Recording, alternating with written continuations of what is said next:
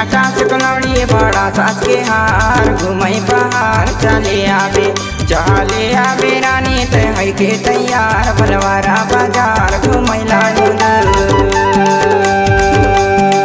चले आवे रानी ते है के तैयार भलवारा बाजार घूमई लानुद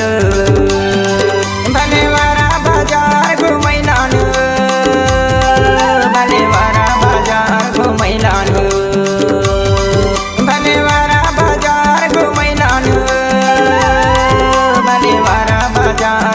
लानुद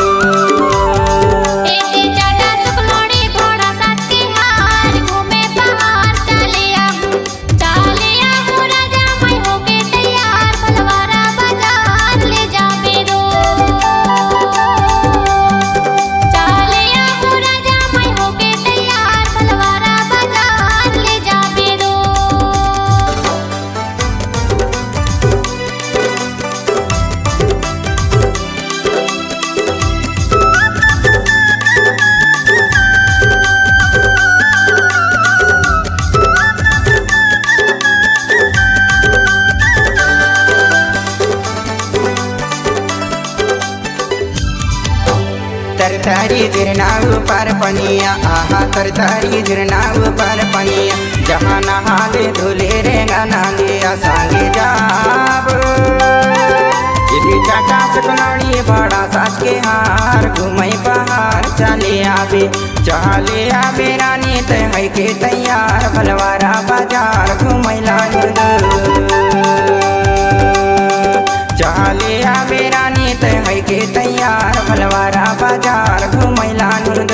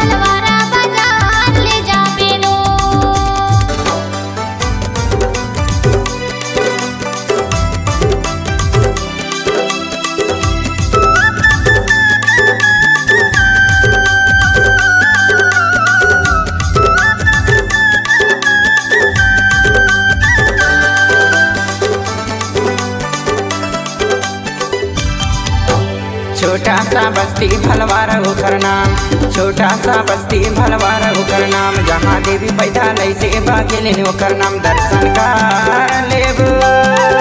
यदि चाटा सुकलौड़ी बड़ा सास के हार घूमई पहाड़ चले आवे रानी ते है के तैयार भलवारा बाजार घूमई लानुद